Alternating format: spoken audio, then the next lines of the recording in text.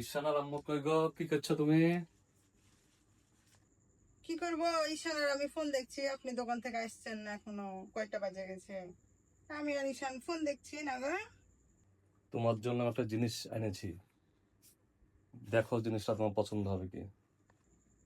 কি জিনিস? দেখি। জবর আমার জন্য জিনিস এনেছে। তোমার বলে এই টাইমে বলে 7 ধাতু বালা লাগবে, পড়তে বলা হয়, তার জন্য আমি নিজে তোমার জন্য বানালাম। ওই দেখো কত সুন্দর বালা, দেখো 7 ধাতুর বালা, এটা পড়বা। আপনি নিজে হাতে বানালেন? বাহ, ভালোই হয়েছে।